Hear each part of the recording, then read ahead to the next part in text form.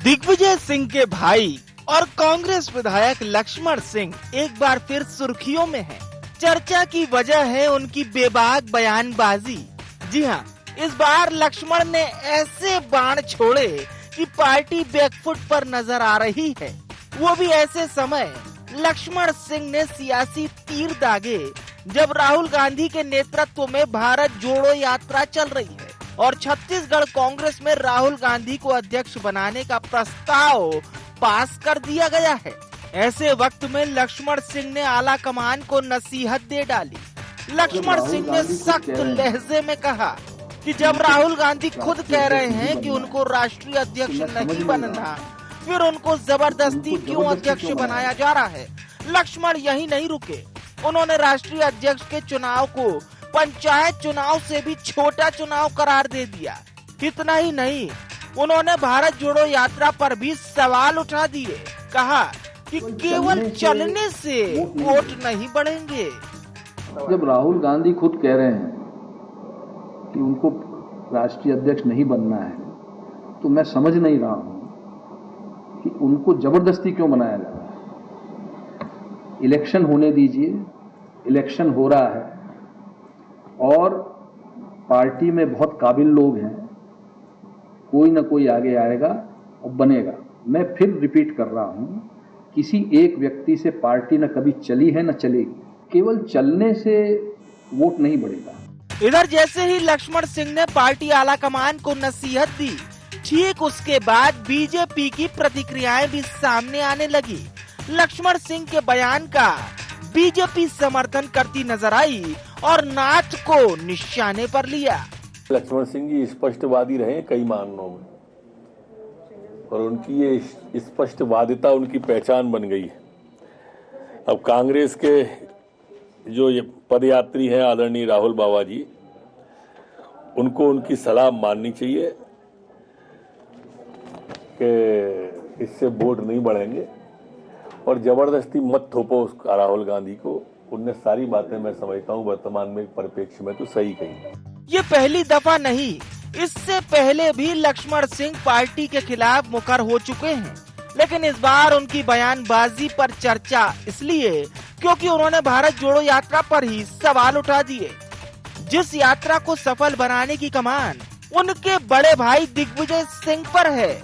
अब बड़ा सवाल ये कि क्या लक्ष्मण सिंह की नसीहत पार्टी को मिशन 23-24 से पहले का संदेश है। सवाल ये भी कि क्या उनकी सलाह पर केंद्रीय नेतृत्व विचार करेगा या फिर लक्ष्मण सिंह पार्टी के अनुशासन के फेर में पड़ेंगे। Bureau report, IND 24।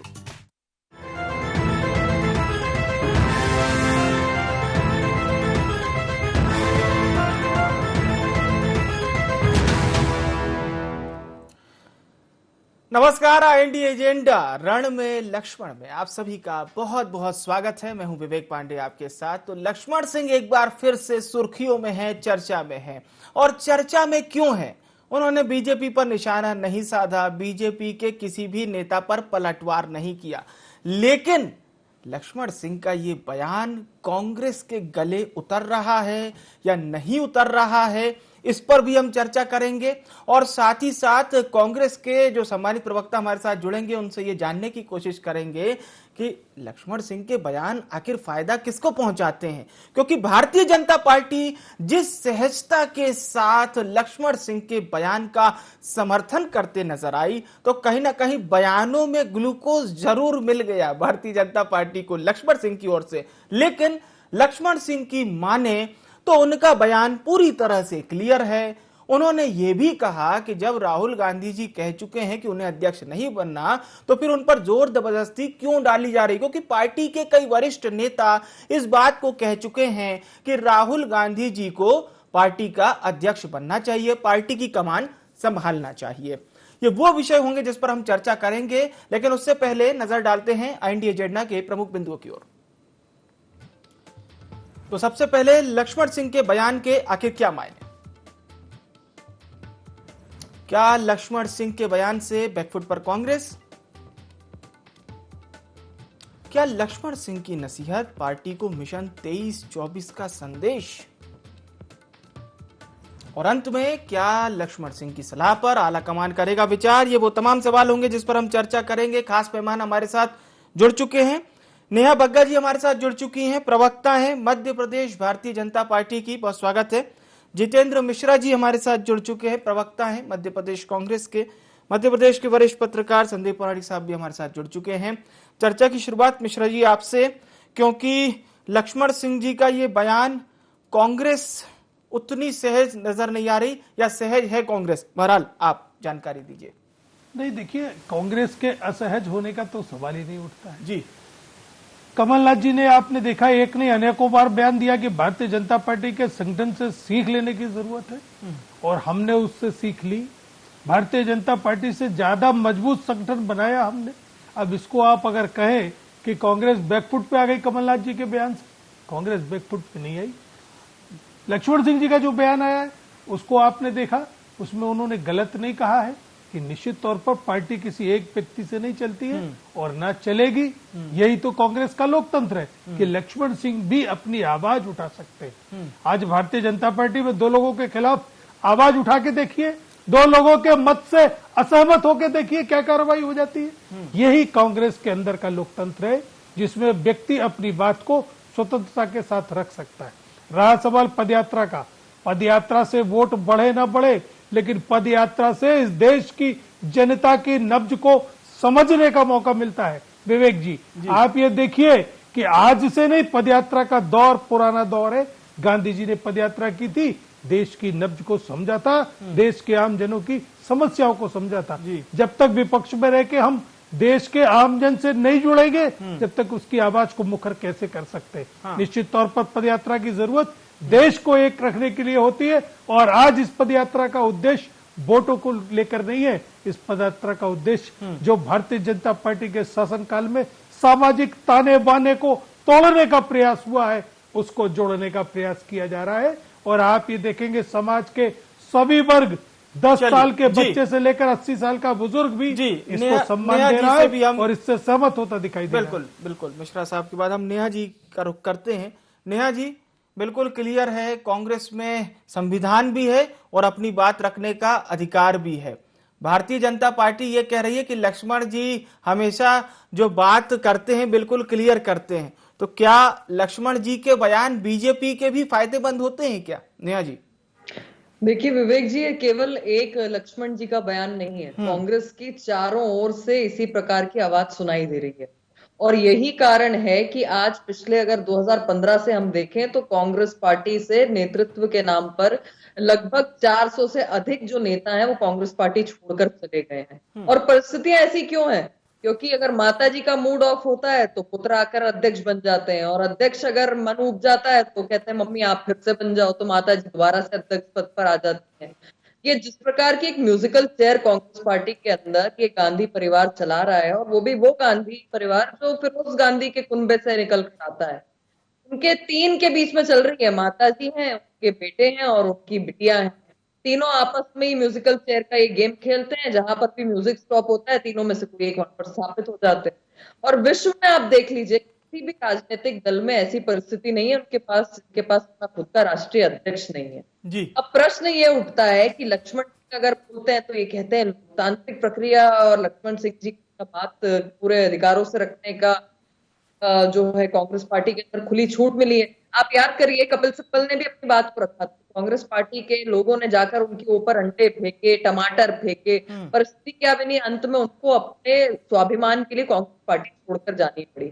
G23 की परिस्थिति देखिए, इस तरीके से लोग छोड़कर जा रहे हैं क्योंकि कांग्रेस जो है वो गूंगी बहरी हो चुकी है और उसे अपने कार्यकर्ताओं की बात को सुनना जो है वो पसंद नहीं कर रही है। एक तरफ राहुल गांधी जो है वो पद प्राप्ति की पदयात्रा निकाल रहे हैं, और पदयात्रा को रोकने के लिए मध्य प्रदेश के पीसीसी चीफ कमलनाथ है, वो कह रहे मेरी मोटर ले जाओ, जिस जाना है चले जाओ, मैं किसी से बात नहीं करूंगा। पहले वो सब चलो कर रहे थे, अब वो मोटर दे रहे हैं।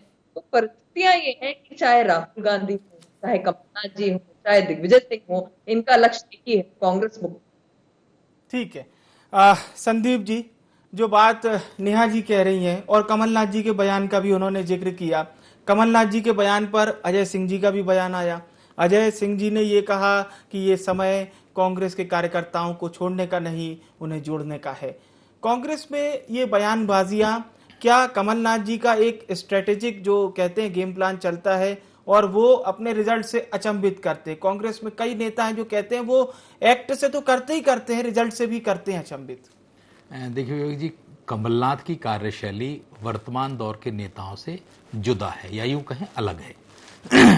कमलनाथ बहुत स्पष्ट बोलने वाले नेताओं में हैं। उसका कारण यह है कि उनकी जो राजनीति रही है वो केंद्र की राजनीति रही है, बड़े नेताओं के बीच की राजनीति रही है, तो वहां साफ सुथरा बोलना तो चल जाता है। लेकिन जब आप छोटे स्तर पर आते हैं तो आप जब साफ बोलते हैं या सीधा सपाट बोलते हैं तो उसे लोग दूसरे तरह से ले जाते हैं। जैसे उन्होंने मोटर देने वाली बात कही कि हम मोटर दे देंगे, उनका सीधा आशय ये रहा होगा मुझे लगता है कि जिनको पार्टी में नहीं रहना उन्हें आप पैर पकड़ के तो नहीं रोक सकते। अगर आप ये कहते हैं कि हम अपनी मोटर देंगे तो हो सकता है जो लोग छोड़ने की तैयारी में हैं वो पुनर्विचार करें।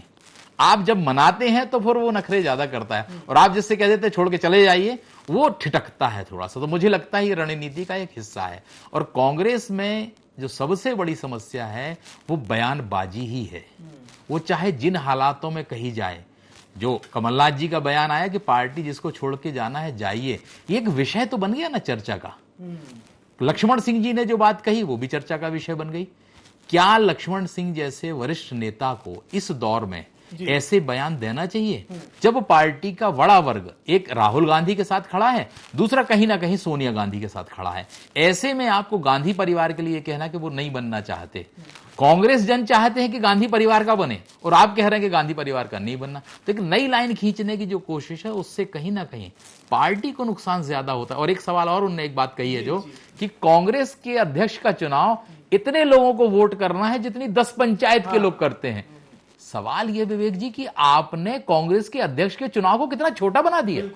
क्या तंज कसा है उस चुनाव पे? ये पार्टी को गंभीरता से इन बयानों को लेना चाहिए। अगर अनुशासन नहीं रहेगा पार्टी में तो पार्टी बिखरी रहेगी जैसी अभी है। और मैं एक बात और पूछना चाहता हूं, उन्होंने ये भी कहा है सर कि चलने से प्रधानमंत्री नहीं बनते, यानी कि यात्रा पर भी तंज कसा है उन्होंने, जो राहुल जी की यात्रा चल रही है इस समय। देखिए, अब ये लक्ष्मण सिंह जी का बयान है, लेकिन मेरा अपना मानना है कि पद यात्राओं ने इस देश में बड़े बदलाव लाए हैं। चाहे गांधी की बात हो, अगर आपने चंद्रशेखर की भी याद करें तो चंद्रशेखर ने भी जो प्रधानमंत्री हुए बाद में, उनकी भी पदयात्रा बड़ी चर्चा में। अगर आपको नब्ज टटोलनी है, लोगों को जानना है, तो आप लोगों के पास पहुंचेंगे, लोग आपके पास नहीं आएंगे। और पदयात्रा मुझे ऐसा लगता है एक ऐसा माध्यम है जिससे आपको मिलने का, जुड़ने का, समझने का, वहां की आबोहवा से लेके रास्ते को जानने का मौका मिलता है। बिल्कुल बिल्कुल बिल्कुल। जितेंद्र जी, आपको क्या लगता है सर, लक्ष्मण जी के ये बयान, एक बार फिर से चर्चा वही, क्योंकि जो बात संदीप पौराणिक जी कह रहे हैं कि ऐसे समय में जब कांग्रेस पार्टी एक मतलब सबके वरिष्ठ नेताओं के जो हम बयान देखते हैं, G23 को अगर अलग कर दें तो वो कमोबेश लगभग यही रहते हैं कि राहुल जी एक अच्छा नेतृत्व संभाल सकते हैं। कुछ लोगों ने प्रियंका गांधी जी का भी नाम दिया था। अब आपकी चूंकि भारत जोड़ो यात्रा चल रही है, राहुल जी लीड कर रहे हैं उसको, उसके बावजूद इस तरह का बयान लक्ष्मण जी का? नहीं, देखिए, सबसे पहली चीज तो संदीप पौराणिक जी वरिष्ठ पत्रकार है, उन्होंने स्पष्ट रूप से बताया है, मैंने भी वही कहा था कि पदयात्रा जनता की नब्ज टटोलने का, जनमानस से जुड़ने का एक माध्यम होता है। और इस देश में अनेक व्यक्तियों ने पदयात्रा की है। पदयात्रा कभी भी असफल नहीं जाती है। और आज जो राहुल गांधी जी पदयात्रा कर रहे हैं उसका उद्देश्य स्पष्ट है कि इस देश की जातिगत ताना बाना, धार्मिक ताना बाना जो वर्षों से चला आ रहा था, उसको तोड़ने का प्रयास कहीं ना कहीं इस समय स्थापित सरकार द्वारा किया जा रहा है। अगर उन लोगों के दिलों में जगह नहीं बनाई जाएगी, इस देश को फिर से जोड़ने का प्रयास नहीं किया जाए, एक दल तो बैठा है जो सत्ता में है कि किसी तरीके से तोड़फोड़ करो, जातिगत तोड़फोड़ करो, धार्मिक आधार पर तोड़फोड़ करो। अब तो आपने ये देखा कि आदिवासी के नाम पर भी अगर गोंड को कुछ मिल जाता है तो ये लोग चले जाते हैं कि गोंड को मिल गया, ये तो कोल है, ये तो कोरकू है। माने जाति के अंदर भी अगर जाति व्यवस्था को तोड़ने का काम किया है तो भारतीय जनता पार्टी ने किया। धर्म के आधार पर देश को बांटने का प्रयास किसने किया? भारतीय जनता पार्टी ने किया। कम से कम ऐसे दलों को बेनकाब करने के लिए सड़क पर उतरना जरूरी था विवेक जी, और कांग्रेस ने वही काम किया। रहा सवाल राहुल गांधी के या सोनिया जी के अध्यक्ष बनने का, तो आज इस देश का कार्यकर्ता चाहता है कि राहुल जी या सोनिया जी इस देश के कांग्रेस पार्टी के अध्यक्ष रहे। वो अपनी भावनाएं समय समय पर व्यक्त करता रहता है। इससे भारतीय जनता पार्टी को क्या तकलीफ होती है मुझे ये समझ में नहीं आता है। आपने किसको अध्यक्ष बनाया, हमने तो नहीं बात की। आपने कह दिया फिरोज गांधी के, अरे फिरोज गांधी के खानदान से आते हैं तो कोई गुनाह थोड़ी करते हैं। पर जितेंद्र जी, इस समय बीजेपी को तकलीफ नहीं हो रही है। लक्ष्मण जी कह रहे हैं कि उन पर जोर जबरदस्ती ना डाली जाए। देखिए, मैंने आपसे बताया ये कांग्रेस है, इसमें लोकतंत्र को जिंदा रखा जाता है और आंतरिक लोकतंत्र है। लक्ष्मण सिंह जी जो बात कर रहे हैं उनका अपना पक्ष है। वो निश्चित तौर पर जो कह रहे हैं वो उनकी समझ है, उन्होंने उस पर भी विचार किया होगा। और कांग्रेस भी ऐसा नहीं, अगर राहुल गांधी या सोनिया गांधी नहीं बनते हैं तो निश्चित तौर पर दूसरा अध्यक्ष लाया जाएगा। ऐसा नहीं है कि कांग्रेस में अध्यक्ष के लिए लोग नहीं है। सोनिया जी और राहुल गांधी कितनी बार अध्यक्ष बने, 125 साल का इतिहास उठा के देख लीजिए, कितने सारे गैर गांधी परिवार से अध्यक्ष बने हैं। कांग्रेस में अध्यक्ष पद को लेकर टोटा नहीं, लेकिन इस नेता के साथ, इन नेताओं के साथ कांग्रेस का कार्यकर्ता जुड़ा हुआ है। वो समय समय अपनी मांग रखता रहता है। ठीक है नेहा जी, भारतीय जनता पार्टी की सरकार ने, जितेंद्र जी बता रहे हैं, जो पुरानी व्यवस्था चली आ रही थी उसको तोड़ने मरोड़ने का प्रयास किया और एक बार फिर से वही व्यवस्था फिर से लागू हो। तो राहुल गांधी जी पदयात्रा कर रहे हैं, पूरे भारत देश की पदयात्रा। देखिए, अभी डिबेट के दौरान एक विषय निकल कर आया कि लक्ष्मण सिंह जी बहुत वरिष्ठ नेता हैं और उन्हें अपने पार्टी के प्लेटफॉर्म पर जो भी शिकायत थी वो रखनी चाहिए थी, बजाय कि अध्यक्ष पद को छोटा बनाने के। तो अध्यक्ष पद को छोटा बनाने के लिए, इस प्रक्रिया के लिए कांग्रेस के नेताओं या कार्यकर्ताओं के जो मन में भावनाएं आ रही है वो बात करने के लिए जाएंगे कहाँ? आप ये सुनिए कि कांग्रेस पार्टी के कई विधायक बोलते हैं कि भाई हम 4-4 बार के विधायक हैं, आज तक राहुल गांधी से मिलने का समय नहीं मिला। हेमंतो बिस्वा शर्मा जो आज हमारी पार्टी में है, आप जानते हैं कि उन्होंने तो अपना खुद का एक्सपीरियंस शेयर किया था कि राहुल गांधी जी का जो पिता है, उनका कुत्ता है, जिस प्लेट से वो बिस्किट खा रहा था उसी से राहुल गांधी दूसरों को बिस्किट खा रहे थे। आप मनीशंकर अय्यर को सुनिए, कह रहे हैं कि 12 साल हो गए हैं, मैडम से भी टाइम नहीं मिल रहा और उनके पुत्र से भी टाइम नहीं मिल रहा है। और ये शिकायत लगभग पूरी कांग्रेस पार्टी के नेतृत्व की और पूरे देश भर की यही स्थिति है। लक्ष्मण सिंह जी का जो दर्द निकल कर आ रहा है वो इसी प्लेटफॉर्म पर आएगा विवेक जी, क्योंकि आप हमको सुन रहे हैं ना, और संगठन की मजबूती वहीं पर होती है, वहां पर संवाद होता है, जहां पर विचार होता है, जहां पर एक दूसरे को सुनने के लिए समय दिया जाता है। बोले किससे कांग्रेस का कार्यकर्ता, उनकी पीड़ा को भी हम आपको समझने की आवश्यकता है। मैं ये बात बिल्कुल मानती हूँ कि पदयात्रा जब भी कोई निकालता है तो उसका एक बड़ा उद्देश्य होता है, और आज तक के इतिहास में, राजनीति में देखा गया है कि बड़े तरीके से उन्होंने कुछ ना कुछ हासिल भी किया है राजनीति में। पर अगर आप कंटेनर को देखेंगे राहुल गांधी जी के, जो इस पद प्राप्ति की यात्रा में इस्तेमाल हो रहा है, तो करोड़ों का कंटेनर है। अगर उनके टी शर्ट को देखेंगे तो 50,000 का टी शर्ट तो एक दिन पहनकर निकलते हैं। वो पूरी यात्रा के दौरान कैलकुलेट करेंगे तो आपको समझ में आएगा ये गांधी जी के, जो अपने आप को वंशज बताते हैं, कि गांधी का जीवन क्या था, और इन राहुल गांधी जो कौसला कर रहे हैं, इन नकली गांधियों का क्या उद्देश्य है। अभी ये कोल की बात कर रहे थे, तो आप देखिए कि कोल को कांग्रेस पार्टी जब 15 महीने यहाँ पर थी तो जिस तरीके से उनको शराबी बताने का काम किया था, उनका पैसा खाने का काम कांग्रेस पार्टी ने किया था, वो पूरा जो कम्युनिटी है वो कांग्रेस का चाल चरित्र देख चुकी है। जहां पर तुष्टीकरण की बात है तो कांग्रेस पार्टी की, राहुल गांधी की आप पदयात्रा को देख लीजिए, एक पादरी साहब इन्हें मिले, उन्होंने बताया कि राहुल जी यहाँ पर शक्ति जैसा कुछ नहीं होता, ये जो माँ की आराधना करते हैं ये कुछ नहीं होता, सिर्फ एक ही सत्य है, और वो क्या है, वो पादरी जी ने जो कहा वो आप हम सब जानते हैं। तो तुष्टीकरण के लिए कौन निकल रहा है, आदिवासियों को अपमानित कौन कर रहा है, और ये पदयात्रा कितनी सादगी से हो रही है पद प्राप्त करने के लिए, हम सब जानते हैं। अंत में घूम फिर कर आपने फिर आधा घंटा चर्चा करा ली और फिर क्या निकल कर आया, राहुल गांधी अगर नहीं बने तो सोनिया जी बन जाएंगे, और सोनिया जी नहीं बनी तो राहुल गांधी बन जाएंगे। यही कहा कांग्रेस के प्रवक्ता ने। तो मैं अंत में अपनी बात को यहाँ पे विवेक जी आप टोकिए इनको, ये चीज मैंने नहीं कही विवेक जी, मैंने ये कहा कि कांग्रेस में अध्यक्ष पद के बनने वालों का टोटा नहीं है। और राहुल जी, सोनिया जी कितनी बार अध्यक्ष बने, 125 साल पुरानी कांग्रेस में अनेकों गैर गांधी परिवार से अध्यक्ष बने। मैंने नेहा जी ये नहीं कहा कि सोनिया जी बनेंगे कि राहुल जी बनेंगे, मैंने ये कहा कि कांग्रेस का चुनाव होने दीजिए। अब एक बात और सुनिए, आपने आदिवासियों की बात की, आदिवासियों के फंड का आप जो बिल्कुल नाराज अलॉटमेंट मत आता होइए। था, मेरी नहीं नेहा जी शुभकामनाएं कांग्रेस देखिए, पार्टी आप के लिए, गलत जो बयानी राहुल मत गांधी जी कीजिए, के लिए। मेरा नेचर, मेरा स्वभाव नहीं इस टाइप मैं का। शुभकामनाएं दे रही हूं मैं जितेंद्र बिल्कुल जी, आपकी आपको शुभकामनाओं के कांग्रेस लिए पार्टी को, आभारी हूँ मेरी और आपका। भारतीय जनता मेरा ये पार्टी कहना की है, ओर से आदिवासियों की बहुत बात सारी करना आपके शुभकामनाएं। मुंह से आप शोभा भी नहीं वही देता। चाहते हैं, हम भी वही आदिवासियों चाहते हैं का कि फंड पुनः मध्य प्रदेश जो है में राहुल दूसरे गांधी जी आपकी पार्टी के फंड में राष्ट्रीय यूज अध्यक्ष हुआ है। आदिवासियों को 10 फीट गड्ढे में गड़ा के जिंदा दफन आपकी सरकार में किया गया। आदिवासियों को जीप से बांध के हत्या आपकी सरकार में की गई। आदिवासियों की तो आप बात मत कीजिए। रहा सवाल बिगड़े बोल का, तो आपका मंत्री कहता है कि मुख्य सचिव फोन नहीं उठाता।